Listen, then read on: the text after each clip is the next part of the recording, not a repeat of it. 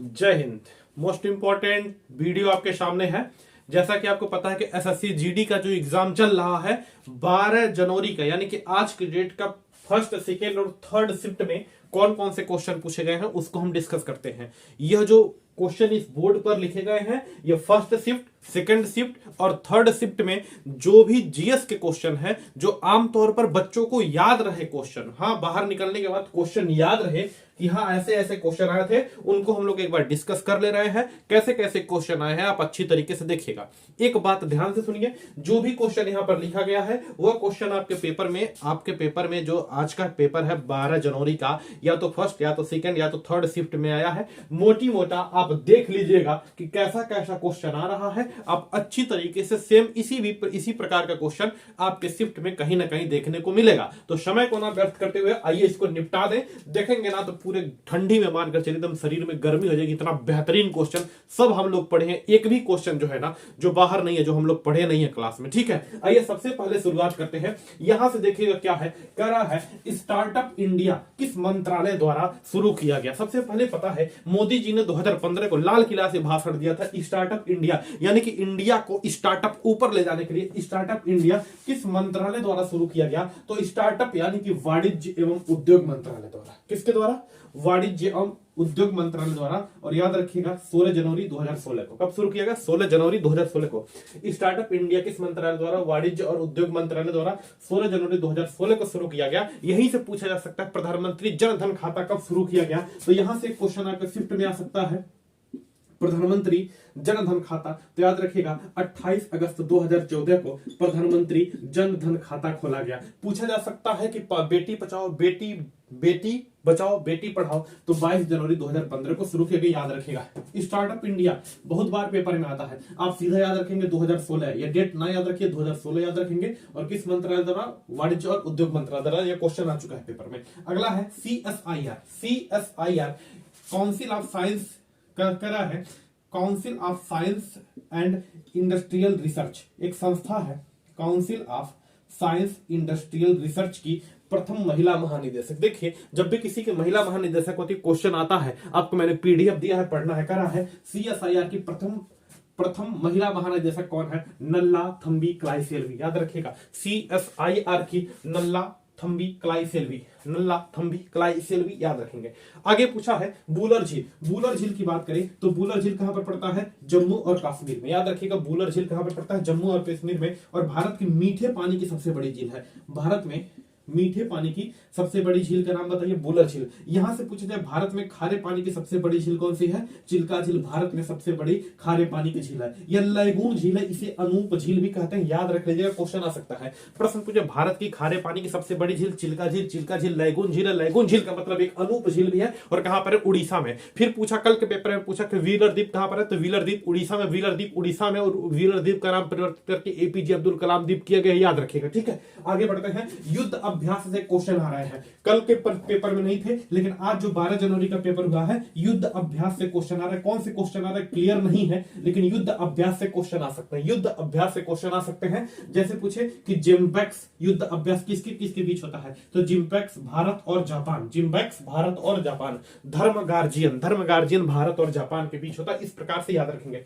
पंचवर्षीय योजना से भी क्वेश्चन देख लीजिए। पंचवर्षीय योजना का एक बड़ी भयानक वीडियो डाल कर रखे, पूरा पंचवर्षीय योजना निपटा दी है। पंचवर्षीय योजना से क्वेश्चन लगातार शिफ्ट में आ रहा है। पंचवर्षीय योजना से क्वेश्चन या तो पूछेगा पहली पंचवर्षीय योजना, या तो दूसरी, या तो तीसरी, या तो चौथी, ऐसे ही पूछेगा। देखिए पहली पंचवर्षीय योजना जो थी उसमें कृषि को बढ़ावा दिया गया। ध्यान से सुनिए, मिटा दो थोड़ा सा। चलो सर, पहली पंचवर्षीय योजना में किसको बढ़ावा दिया गया? कृषि को। याद रखिएगा पहली पंचवर्षीय योजना में कृषि को बढ़ावा दिया गया। ठीक है, कब से कब तक आई थी?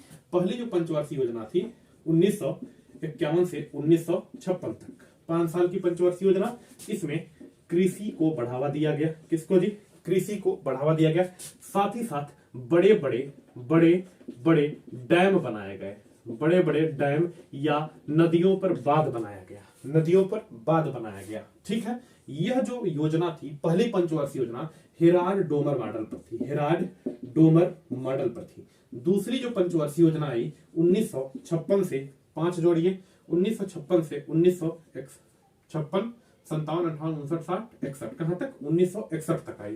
कहां तक आई 1961 से 1900 कहां से कहां तक बाबू 1956 से 1961 तक आई दूसरी जो पंचवर्षीय योजना। और यह जो योजना थी पीसी महाल नोबिस मॉडल पर आधारित थी। पीसी महाल नोबिस मॉडल पर आधारित थी। देखिए जरा समझिए, पहली पंचवर्षीय योजना में कृषि बढ़ गया, दूसरी पंचवर्षीय योजना में उद्योगों पर बढ़ावा दिया गया, उद्योग को बढ़ावा गया, नए नए उद्योग खुले। और तीसरी जो पंचवर्षीय योजना है, पूछे दूसरी पंचवर्षीय योजना का मॉडल पीसी महालनोबिस मॉडल। इनका क्वेश्चन पूछा जा रहा, पीसी महालनोबिस का जन्म कब हुआ था, तो 29 जून को। और इसी 29 जून को हम सांख्यिकी दिवस मनाते हैं, इसी 29 जून को हम सांख्यिकी दिवस मनाते हैं, याद रखिए, है ना। तीसरी पंचवर्षीय योजना 1961 से 1966 तक, 1961 से 1966 तक तीसरी पंचवर्षीय योजना थी। देखिए पहली पंचवर्षीय योजना में कृषि पर बढ़ावा, दूसरी पंचवर्षीय योजना में उद्योग पर बढ़ावा।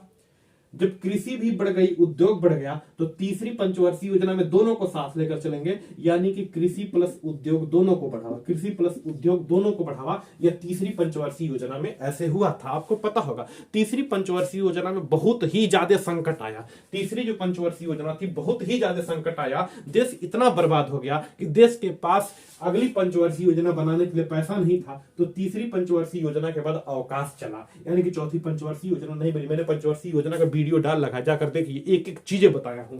आइए यहाँ पर क्लियर करते हैं। पंचवर्षीय योजना याद रखिएगा।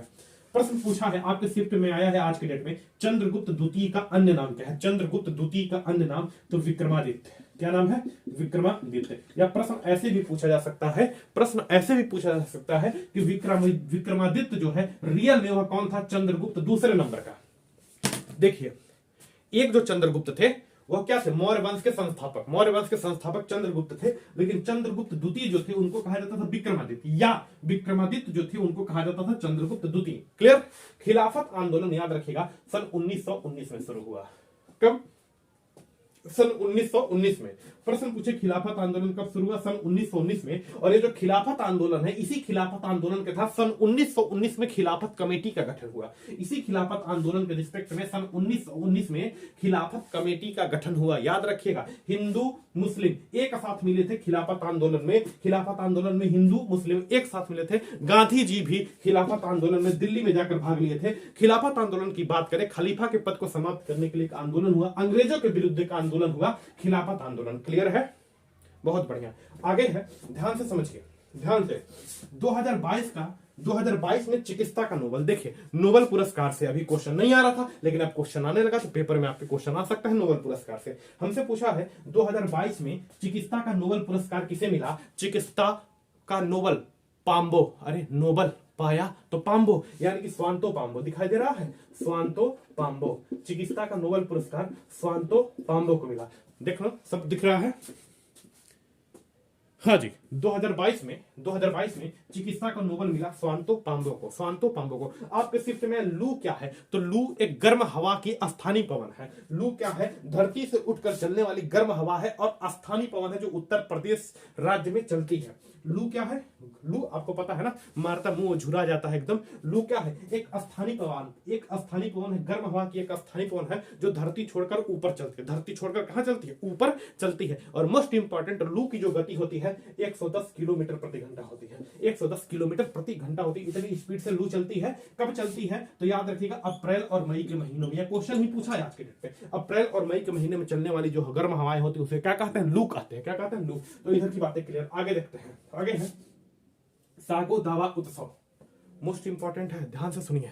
सागो दावा उत्सव किस राज्य में मनाते हैं, तो स से सागो, सागो स है तो स से कौन सा राज्य बनता है, सिक्किम। किस राज्य में मनाते हैं, सिक्किम में। अगर सिक्किम कभी कभी नहीं ऑप्शन में देता है तो याद रखिएगा सिक्किम लद्दाख में भी इसको मनाते हैं। तो सागो दावा उत्सव किस में मनाते हैं, सिक्किम में। याद रखिएगा सिक्किम भारत का 22वां राज्य है। और सिक्किम जो है दोस्त, याद रख लीजिएगा आप अच्छी तरीके से, भारत का एकमात्र राज्य है जो जैविक खेती करता है और जैविक राज्य का मान्यता इसको सन 2016 में मिला है। इस चीज को याद रखिएगा। नेक्स्ट है जनगणना कौन सा मंत्रालय करता है, तो जनगणना भारत का गृह मंत्रालय करता है। जनगणना भारत का गृह मंत्रालय करता है। पहली बार देखिए जनगणना से जितने क्वेश्चन अभी तक आए हैं सब मैं बता दे रहा हूं, ध्यान से सुनिए। प्रश्न पूछे पहली बार जनगणना कब शुरू हुई, सबसे पहली बार जनगणना शुरू हुई 1872 लॉर्ड मेयो के काल में। ध्यान से सुनिए, मिटाओ थोड़ा सा। चल, पहली बार जनगणना शुरू हुई सन 1872 में लॉर्ड मेयो के काल में। किसके काल में? लॉर्ड मेयो के काल में। इस चीज को याद रखिएगा, ठीक है। लिख देता हूं यहीं पर, पहली बार जो जनगणना शुरू हुई किसके काल में शुरू हुई? 1872 में लॉर्ड मेयो के काल में। इस साला जो मेयुआ था ये मिमिया गया, गिन ही नहीं पाया। भारत में जो पहली बार जनगणना शुरू हुई 1872 में, ये जो मेयो था ना ये मिमिया गया सा, गिन ही नहीं पाया, यानी कि जनगणना पूरी नहीं कर पाया, तो अपूर्ण जनगणना हो गई, अपूर्ण जनगणना। फिर 1881 में लॉर्ड रिपन के काल में, लॉर्ड रिपन के काल में पूरी तरीके से जनगणना शुरू हुई, पूरी तरीके से जनगणना शुरू हुई। और हर प्रत्येक 10 वर्षों में जनगणना होती है, प्रत्येक 10 वर्षों में जनगणना होती है, प्रत्येक 10 वर्षों में जनगणना होती है। प्रश्न पूछे स्वतंत्रता के बाद पहली बार जनगणना, हमारा देश आजाद हुआ 1947 में, और 1947 के स्वतंत्रता के बाद पहली बार जनगणना सन 1951 में हुआ। सन 1951 में स्वतंत्रता के बाद पहली बार जो जनगणना हुआ सन 1951 में हुआ। इस चीज को आप याद रखिएगा, स्वतंत्रता के बाद पहली बार जनगणना कब हुआ? सन 1951 में। इस चीज को याद रखेंगे। जनगणना किसका है? गृह मंत्रालय का। यह क्वेश्चन आपके पेपर में आ चुका है। अच्छा, मौर्य वंश का संस्थापक की बात करें तो चंद्रगुप्त मौर्य, मौर्य वंश का संस्थापक है चंद्रगुप्त मौर्य। और यहाँ का सबसे प्रतापी जो शासक था उसका नाम था अशोक। क्या नाम था? अशोक। सबसे प्रतापी शासक था उसका नाम था अशोक। अशोक से याद रखिएगा, अशोक के 13वें अभिलेख में कलिंग युद्ध का वर्णन मिलता है। क्या मिलता है? कलिंग युद्ध का वर्णन मिलता है। कलिंग का युद्ध अशोक ने किया और बहुत भयानक यह युद्ध हो गया। यहाँ युद्ध के कारण इसका हृदय परिवर्तित हो गया और अशोक मौर्य धर्म को अशोक बौद्ध धर्म को अपना लिया। ठीक है, अशोक बौद्ध धर्म को अपना लिया। इस चीज को याद रखेंगे। कुछ प्रश्न पूछे अशोक जो है, यहां से सुनिए, अशोक की बात करते हैं। देखिए अशोक जो है, अशोक किस धर्म को मानता था? कि बौद्ध धर्म को मानता था। किस धर्म को मानता था? बौद्ध धर्म को। यह अशोक जो है आजीवक धर्म के लिए जबकि मानता नहीं था, मानता था बौद्ध धर्म को, लेकिन अशोक आजीवक धर्म के लिए गया में 4 झोपड़ी बनवाया था। कितना? 4 झोपड़ी बनवाया था। यानी 4 झोपड़ी, यानी कि बराबर की पहाड़ी को काटकर, बराबर नाम की पहाड़ी थी, बराबर नाम की पहाड़ी को काटकर 4 झोपड़ी बनवाया था। कौन? अशोक बनवाया था। पूछा अशोक बौद्ध धर्म में, सबसे पहले तो यह भी पूछे कि बराबर की पहाड़ी कहां पर? तो गया में। बराबर की पहाड़ी को आजीवक धर्म के लोगों को झोपड़ी बनाकर किसने दिया था? तो अशोक ने। याद रखिएगा, मौर्य वंश चंद्रगुप्त मौर्य। ठीक है, और यह चंद्रगुप्त द्वितीय है जिसे विक्रमादित्य कहते हैं। पूरे इतिहास में 14 लोगों ने विक्रमादित्य की उपाधि ली है। पूरे इतिहास में 14 लोगों ने विक्रमादित्य की उपाधि ली है, याद रखिएगा। अच्छा, स्वदेशी आंदोलन पूछे सन 1905। स्वदेशी आंदोलन पूछे सन 1905। सन 1905 में स्वदेशी आंदोलन हुआ था, याद रखिएगा। और सन 1905 में ही, सुनना, सन 1905 में ही गोपाल कृष्ण गोखले ने, है ना, किसकी अध्यक्षता की थी? सन 1905 में गोपाल कृष्ण गोखले ने किसकी अध्यक्षता की थी बाबू? कांग्रेस की अध्यक्षता की थी। आंध्र प्रदेश का शास्त्रीय नृत्य हमसे पूछा है। हर एक पेपर में शास्त्रीय नृत्य आ रहा है, याद रखिएगा। तो आंध्र प्रदेश का जो शास्त्रीय नृत्य है उसका नाम है कुचिपुड़ी। आंध्र प्रदेश का जो शास्त्रीय नृत्य, आप एक बात बताइए ना, अगर अंधेरा में पूड़ी पकाएंगे तो कुच्ची हो जाएगी, कुचिपुड़ी। तो आंध्र प्रदेश का जो शास्त्रीय नृत्य है उसका नाम है कुचिपुड़ी। क्या नाम है? कुचिपुड़ी। अच्छा, एक और बात समझिए, शास्त्रीय नृत्य जो है ना, टोटल इसकी संख्या कितनी है? 8। टोटल संख्या कितनी है? 8 है। ठीक है, यह 8 आपको याद रखना है। जैसे तमिलनाडु का शास्त्रीय नृत्य पूछे, मैं बोल दे रहा हूं, तमिलनाडु का शास्त्रीय नृत्य पूछे तो भरतनाट्यम। क्या? भरतनाट्यम। उत्तर प्रदेश का शास्त्रीय नृत्य पूछे कथक। मणिपुर का पूछे तो मणिपुरी। असम का पूछे तो सत्रिया। असम का पूछे सत्रिया। केरल का 2 है, केरल का मोहिनीअट्टम और कथकली। केरल का 2 है, मोहिनीअट्टम और कथकली। यह सब क्वेश्चन आपके पेपर में पूछा जा चुका है। आगे प्रश्न है भारत की साक्षरता। अच्छा देखिए, साक्षरता, भारत की साक्षरता पूछा है तो भारत की साक्षरता 84% है, याद रखिएगा। भारत की साक्षरता कितनी है जी? 84%। भारत की अगर भारत की अगर साक्षरता पूछे तो पूरा का पूरा साक्षरता 74% है। कहां लिखा हूं? भारत की साक्षरता कितना है? 74%। इस 74% में 84.14% पुरुष साक्षर है और इसमें 65.14% महिला, यानी कि पूरे भारत की साक्षरता कितनी है, तो 74%। इस 74% में 84% पुरुष और 65% महिला। सर्वाधिक साक्षरता केरल की है, लगभग 94% के आसपास, और सबसे कम साक्षरता बिहार की है। प्रश्न पूछे सर्वाधिक साक्षरता किसकी है, तो केरल की। सबसे कम साक्षरता किसकी है, बिहार की। अच्छा, सबसे ज्यादा बारिश, ये क्वेश्चन आपके पेपर में आया है, सबसे ज्यादा बारिश कहां पर होता है, तो सबसे ज्यादा बारिश होता है मेघालय में। कहां पर होता है, मेघालय में। कहां पर, मेघालय में। मेघालय का स्थान है मानिसराम। क्या नाम है, मानिसराम। इस मानिसराम में सबसे ज्यादा वर्षा होती है। लेकिन पेपर में यह नहीं पूछा कि सबसे ज्यादा वर्षा कहां, पेपर में यह पूछा सबसे ज्यादा वर्षा कहां पर होती है, किस पहाड़ी पर होती है, तो मेघालय में 3 पहाड़ियां, गारो, खासी, जंतिया। मेघालय में 3 पहाड़ियां, गारो, खासी, जंतिया। देखिए भारत में क्या आपको सबसे ज्यादा बारिश कहां होती है, तो मेघालय के मानिसराम में। लेकिन मानिसराम और मेघालय दोनों ऑप्शन में नहीं दिया, पूछा सबसे ज्यादा बारिश किस पहाड़ी में होती है, तो गारो, खासी, जंतिया। 3 पहाड़ी है, जो खासी नाम की पहाड़ी है मेघालय में, खासी नाम की पहाड़ी है मेघालय में, वहां पर सबसे ज्यादा वर्षा होती है। तो किस पहाड़ी में, तो खासी नाम की पहाड़ी में। यह मेघालय में ही पड़ता है, मेघालय मानिसराम में ही पड़ता है, खासी नाम की पहाड़ी, इसी पहाड़ी पर सबसे ज्यादा वर्षा होती है। क्लियर है। अगला क्वेश्चन है FSAI, है ना, FSAI के जो अध्यक्ष है इनका नाम है रीता तेवतिया। रीता तेवतिया इनका नाम है। अरे राहुल तेवतिया था ना, उसी प्रकार से रीता तेवतिया। एक बार मैं देख लूं, ठीक है। चले फटाफट, 16-17 मिनट हुआ है, आप तूफान मचा रहे हैं, है ना, देख भी रहे कितना क्वेश्चन आपको आ रहा है। चले, FSAI के जो अध्यक्ष है, अध्यक्षा कहे तो थोड़ा सा बढ़िया रहेगा, महिला है ना, तो रीता तेवतिया। रीता तेवतिया जो खिलाड़ी है राहुल तेवतिया नाम का। FSAI की अध्यक्षता कौन है, रीता तेवतिया। क्या नाम है, रीता तेवतिया। इसकी स्थापना होती है, याद रखिएगा, 5 सितंबर सन 2000 को। इसकी स्थापना होती है 5 सितंबर सन 2000 को, है ना। FSAI इसका अध्यक्षता है रीता तेवतिया। इसकी स्थापना होती है 5 सितंबर सन 2000 को। और यहाँ पर मैं बात कर दूं, इस FSAI के CEO हैं पवन अग्रवाल। क्या नाम है, पवन अग्रवाल। बोलो हाँ कि ना।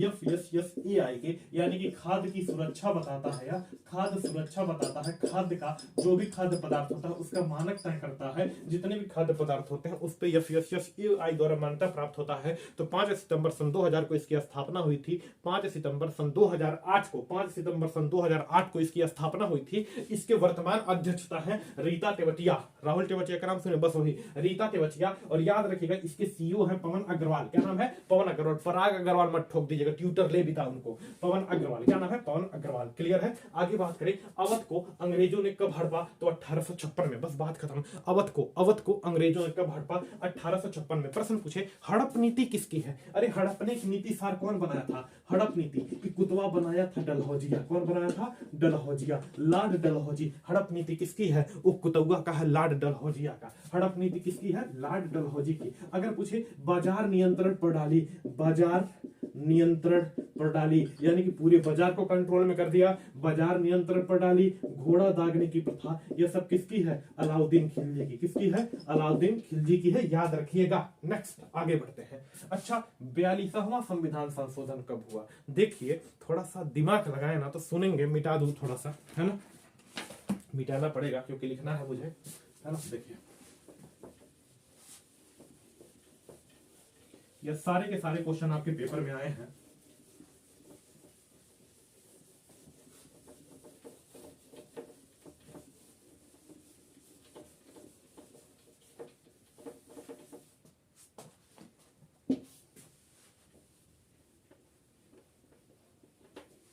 देखिए अगर मैं यहां पर बात करूं तो अभी तक कुल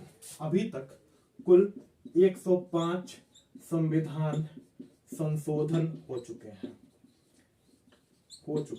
अभी तक यह पूछा जा सकता है कुल कितने हुए, तो 105 संविधान संशोधन हो चुके हैं। इसमें आप याद रखिएगा 44वां बार बार पूछेगा, 44वां संविधान संशोधन। इधर देखिए 4 और 4 8, यानी कि पीछे 8 होगा 1978 में। कब हुआ, 1978 में 44वां संविधान संशोधन हुआ। क्लियर। और इसके तहत जो अनुच्छेद 31 में संपत्ति का अधिकार था, इसको समाप्त करके अनुच्छेद 300 ए में विधि का अधिकार बना दिया गया। विधिक अधिकार यानी कि कानूनी अधिकार बना दिया गया। ध्यान से सुनिए, 44वां संविधान संशोधन की बात करें सन 1978 में हुआ था। इस समय प्रधानमंत्री कौन थे पूछा जाता है तो मोरारजी देसाई। क्या नाम था? मोरारजी देसाई। 1978 में प्रधानमंत्री कौन थे? मोरारजी देसाई। 44वां संविधान संशोधन 1978 में हुआ। इसके तहत हमारे पास पहले 7 मूल अधिकार थे। कितने मूल अधिकार थे? 7। अब कितने हैं? 6। कितने हैं? 6। जो 6वां मूल या जो 7वां मूल अधिकार था उसमें था संपत्ति का अधिकार। क्या था? संपत्ति का अधिकार, यानी कि जो संपत्ति है वो आपकी, वो आपका अधिकार, कोई हटा नहीं सकता है। इसी संपत्ति के मूल अधिकार को अनुच्छेद 31 में लिखा गया था। किसमें? 31 में। तो जो 7 थे उसमें से एक हटा दिया गया। अनुच्छेद 31 में जो संपत्ति का अधिकार था उसको हटा दिया गया। तो अभी मूल अधिकार हमारे पास कितने बचे हैं? 6 बचे हैं। और इस संपत्ति के अधिकार को हटाकर क्या किया गया? अनुच्छेद 300 ए में कानूनी यानी कि विधिक अधिकार बना दिया गया। कानूनी यानी कि विधिक अधिकार बना दिया गया। अगर हमारा मूल अधिकार होता तो हमसे कोई छीन नहीं सकता। हमारी संपत्ति हमारी मूल अधिकार थी तो कोई उसको हटा नहीं सकता था। लेकिन जैसे मान लीजिए यह हमारा खेत है और यहाँ से कोई ट्रेन की लाइन पास हो गई, ट्रेन लाइन जाना है। अगर यह संपत्ति का अधिकार या संपत्ति है हमारी, मूल अधिकार होता तो कोई भी इस ट्रेन की लाइन को हटा नहीं पाता। ये मतलब यह हमारा खेत कोई ले नहीं पाता जब तक हम नहीं देते। तो मोरारजी देसाई ने 44वां संविधान संशोधन कराया और संपत्ति का जो अधिकार था इसको हटा दिया गया। यानी कि अब खेत तो आपका है, आप बोइए आपका है, लेकिन जो संपत्ति है रियल में संविधान के अनुच्छेद 300 ए के तहत यह विधिक का अधिकार है, कानूनी अधिकार है। कानून चाहे तो आपको यहां से हटा सकता है, कानून चाहे तो इस संपत्ति का मुआवजा दे चाहे न दे। तो 44वां संविधान संशोधन 1978 में हुआ। अगर पूछ दे 42वां संविधान संशोधन, ध्यान से देखिए 42वां संविधान संशोधन, ध्यान से देखिएगा 42वां अगर पूछे 42वां संविधान संशोधन, अरे 426 तो 1976, 426 1976 में जो 42वां संविधान संशोधन था दोस्त याद रखिएगा। इस 42वां संविधान संशोधन के तहत संविधान में कुल 59 चीजें जोड़ी गई, कुल 59 चीजें या 59 प्रावधान जोड़े गए। इसलिए 42वां संविधान संशोधन को लघु संविधान कहते हैं। इसलिए 42वां संविधान संशोधन को लघु संविधान कहते हैं। आगे आ जाइए, 42वां संविधान संशोधन आपके पेपर में आया तो 1976 में कितने चीजें? 59 चीजें जोड़ी गई। कौन सा नेशनल पार्क सैटेलाइट द्वारा नियंत्रित होता है? यह क्वेश्चन आपके पेपर में आ चुका है। कौन सा नेशनल पार्क सैटेलाइट द्वारा नियंत्रित होता है? तो काजीरंगा नेशनल पार्क। क्या नाम है? Kaziranga national park. कौन सा नेशनल पार्क सैटेलाइट द्वारा जुड़ा हुआ है? तो काजीरंगा नेशनल पार्क। कहां पर है? असम में। असम में, यानी कि अगर पूछे मानस नेशनल पार्क तो यह भी कहां पर है? असम में। काजीरंगा नेशनल पार्क यह भी कहां पर है? असम में, है ना। डिब्रू साइखोवा नेशनल पार्क यह भी कहां पर? असम में। यह सब कहां के नेशनल पार्क है? असम के। कुतुब मीनार देखिए, कुतुब मीनार दिल्ली में है बाबू, कुतुब मीनार दिल्ली में है। देखो कुतुब मीनार का क्वेश्चन आपके पेपर में आया तो अगले दिन 4 मीनार पूछा जा सकता है। प्रश्न पूछे 4 मीनार कहां पर है? तो 4 मीनार है आपका कहां पर? हैदराबाद में। कहां पर? हैदराबाद में। और इस 4 मीनार को याद रखिएगा, इस 4 मीनार को कुली कुतुब शाह ने बनवाया था। कुली कुतुब शाह ने बनवाया था। इस 4 मीनार को कुली कुतुब शाह ने बनवाया था। और 4 मीनार प्लेग रोगियों की समाधि है, प्लेग रोगियों की याद में बना है। 4 मीनार प्लेग रोगियों की याद में बना है। आगे बढ़ते हैं। कुतुब मीनार कहां पर है? दिल्ली में। कुतुब मीनार कहां पर है? दिल्ली में। याद रखिएगा कुतुब मीनार कहां पर है? दिल्ली में। और अच्छी तरीके से आपको मैं एकदम क्लियर कर दूं, कुतुब मीनार का जो काम प्रारंभ करवाया था उसको करवाया था कुतुबुद्दीन ऐबक ने। किसने करवाया? कुतुबुद्दीन ऐबक ने। लेकिन इसका पूर्ण काम जो है यह पूर्ण करवाया था इल्तुतमिश ने। किसने? इल्तुतमिश ने। तो कुतुब मीनार जो दिल्ली में है इसका काम शुरू करवाया था कुतुबुद्दीन ऐबक ने, लेकिन पूरा करवाया था इल्तुतमिश ने। याद रखिएगा। ब्राह्मणों पर जजिया कर, देखिए बड़ा मोस्ट इंपॉर्टेंट है। प्रश्न पूछे ब्राह्मणों पर जजिया कर, अच्छा पूछे जजिया कर शुरू किसने किया था? तो मोहम्मद बिन कासिम ने। मोहम्मद बिन कासिम ने जजिया कर शुरू किया था, लेकिन ब्राह्मणों को छूट दिया जाता था, ब्राह्मणों को। लेकिन ब्राह्मणों पर भी जजिया कर किसने लगवाया? तो फिरोज शाह तुगलक ने। फिरोज शाह तुगलक ने। इस जो फिरोज शाह तुगलक है बाबू याद रखिएगा, बहुत ही ज्यादा बगीचा और बहुत ही ज्यादा नगर की स्थापना की। जैसे फिरोजाबाद, फिर बात करें जौनपुर, जौनपुर बार बार पूछता है जौनपुर किसने बताया? किसने बताया? तो फिरोज शाह तुगलक ने। किसने बताया? किसने बताया? फिरोज शाह तुगलक ने अपने चचेरा भाई मोहम्मद बिन तुगलक यानी कि जूना खान की याद में। याद रखिएगा ब्राह्मणों पर जजिया कर फिरोज शाह तुगलक ने, है ना। ब्राजील दिवस, ये रियल में आपके पेपर में ही आया है। ब्राजील स्वतंत्रता दिवस यानी कि 7 सितंबर को मनाते हैं। कब मनाते हैं? 7 सितंबर को। ब्राजील स्वतंत्रता दिवस 7 सितंबर को मनाते हैं। ओयो के संस्थापक, लो रेखा का पूछ रहा है सारी। ओयो के संस्थापक हैं रितेश अग्रवाल। क्या नाम है? रितेश अग्रवाल।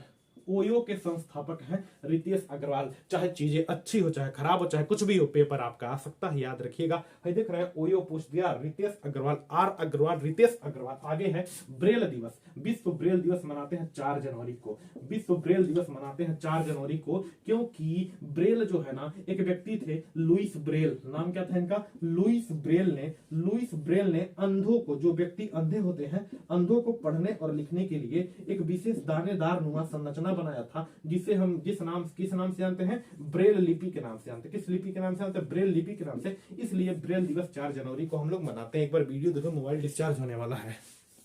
चले 25 मिनट हुआ, बस इतना खत्म करना है।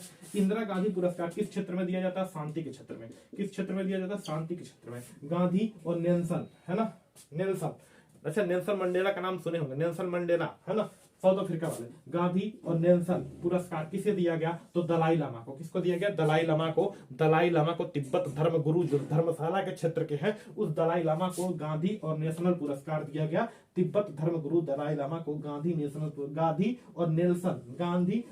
पुरस्कार दलाई लामा को दिया गया। जूट का उत्पादन मोस्ट इंपॉर्टेंट है, मोस्ट इंपॉर्टेंट। जूट का उत्पादन अगर पूरे विश्व में पूछे सबसे ज्यादा कहां पर होता है तो बांग्लादेश में। शेख हसीना जुल्फों वाले के घर बांग्लादेश में। लेकिन प्रश्न पूछ दे जूट का उत्पादन भारत में किस राज्य में होता है तो पश्चिम बंगाल में। किस में होता है? पश्चिम बंगाल में। जूट का उत्पादन भारत के किस राज्य में होता है? पश्चिम बंगाल में। देखिए जूट आए तो भी आंसर पश्चिम बंगाल लगाना है, और जूट इसी को पटसन बोलते हैं। जूट आए तो भी पश्चिम बंगाल, पटसन आए तो भी पश्चिम बंगाल, आर्सेनिक प्रदूषण आए तो भी पश्चिम बंगाल। आर्सेनिक प्रदूषण पूछे सबसे ज्यादा कहां पर होगा? पश्चिम बंगाल में। जूट किस नदी में धोया जाता है? किस नदी में? तो हुगली नदी में। हुगली नदी कहां पर? कोलकाता के समीप। कहां पर? कोलकाता के समीप।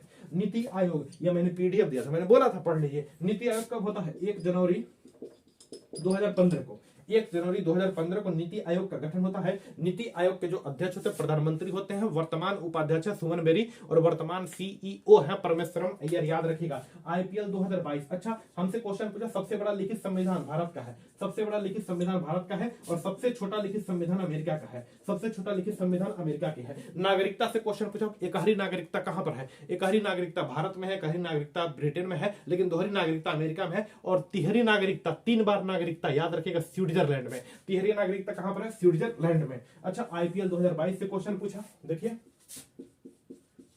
आईपीएल 2022 किसके किसके बीच हुआ? गुजरात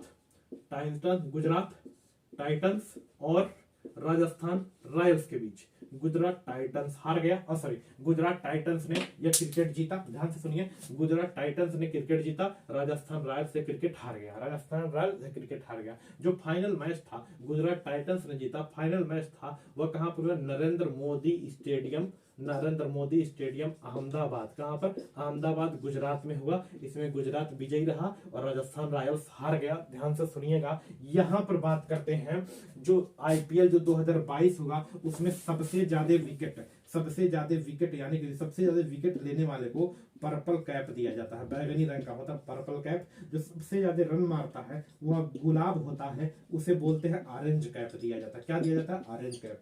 तो 2022 में याद रखिएगा आईपीएल 2022 में पर्पल कैप जो सबसे ज्यादा रन मारे थे, याद रखिएगा जो सबसे ज्यादा रन मारे थे उनका नाम था। पर्पल कैप किसे मिला? मतलब जो विकेट लेते हैं युजवेंद्र चहल को। किसको मिला? युजवेंद्र चहल को। और सबसे ज्यादा जो रन मारे थे वह कौन थे? Jos Buttler. कौन थे?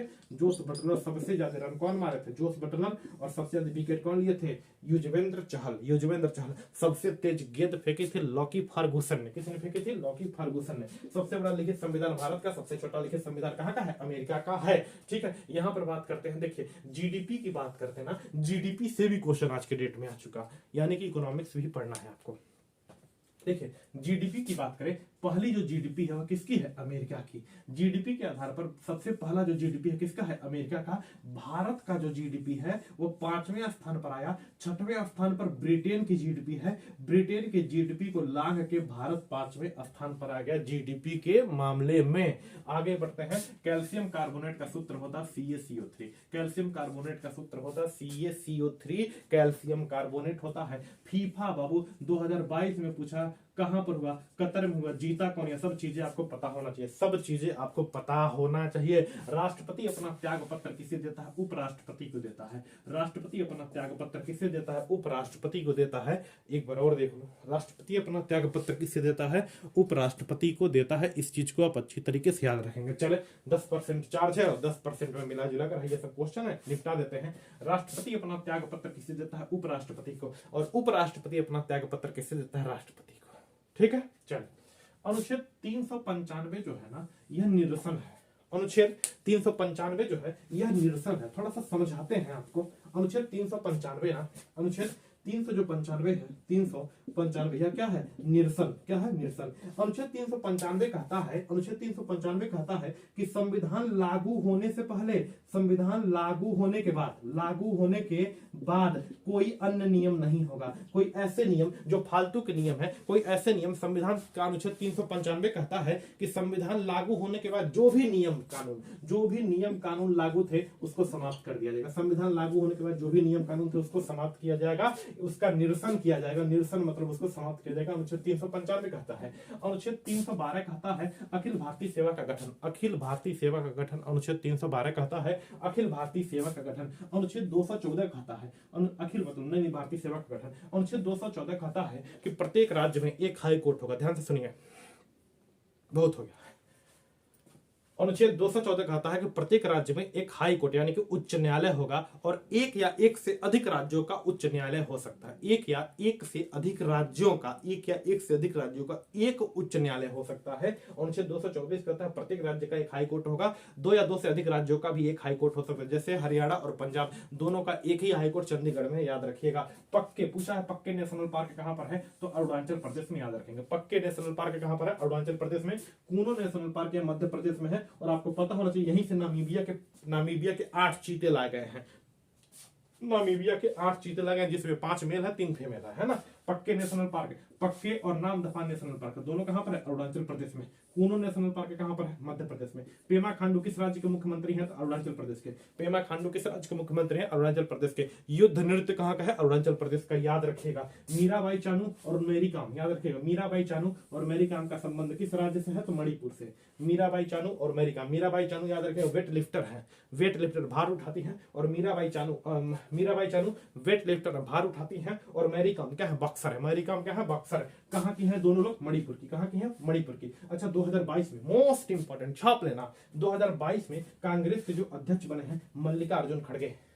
कौन बने हैं? मल्लिका अर्जुन खड़गे। 2022 में कांग्रेस के जो अध्यक्ष बने हैं मल्लिका अर्जुन खड़गे। अब देख रहे हैं राहुल गांधी जी संघर्ष शुरू किए हैं अपना, है ना। राहुल गांधी जी अपना संघर्ष शुरू किए, अब लगा कि उनको संघर्ष करना चाहिए। 2022 में इन्होंने संघर्ष अपना शुरू किया। भारत जोड़ो यात्रा, देखिए जोड़ते हैं कितनी बेहतरीन, है ना। 2022 में याद रखिएगा कांग्रेस के अध्यक्ष मल्लिका अर्जुन खड़गे बने हैं। सत्रिया किस राज्य का लोक नृत्य है? किस राज्य का नृत्य बताइए? किस राज्य का क्या बोला जाता है? किस राज्य का शास्त्रीय नृत्य है? तो सत्रिया होता है असम का। असम में ही कामाख्या माता का मंदिर है, पर अंबुबाजी की मेला लगता है। सब चीजें असम से आपको याद होना चाहिए, है ना। झंडा दिवस 7 दिसंबर को मनाते हैं। झंडा दिवस 7 दिसंबर को हम लोग मनाते हैं। अब एक मोस्ट इंपॉर्टेंट बात है, जितना भी इस बोर्ड पर मैंने आपको क्वेश्चन कराया है मोस्ट इंपॉर्टेंट क्वेश्चन थे, मोस्ट इंपॉर्टेंट क्वेश्चन थे। ये आपके पेपर में आए हैं। जो आज की डेट में 12 तारीख का जो पेपर हुआ है, इस 12 तारीख के पेपर में सारे के सारे क्वेश्चन आए हैं। आप कितना बेहतरीन क्वेश्चन को करते हैं आपके ऊपर जिम्मेदारी है। पूरा एकदम छाप दीजिए, एक एक चीजों को निपटा दीजिए, पूरा डिटेल कर डालिए। क्लियर है? अच्छी तरीके से कर डालिएगा। अगला जो आपका 13, 14, 15, 16, 17, 18 जब भी पेपर होगा ना, बेहतरीन करके आएंगे। डेली बाय डेली एनालिसिस देखा करिए। जो भी क्वेश्चन था वह क्वेश्चन थोड़ा बहुत आपको समझ आ गया होगा। उसके साथ एक्स्ट्रा जो मैंने फैक्ट बताया है वह भी आपको क्लियर हो गया। जिस चीज से क्वेश्चन आया सब आपको पढ़कर जाना, ठीक है। इसको देखिए, अगला जो 10 का हुआ 11 को दोनों को एक साथ अपलोड कर देता हूं। Thank you.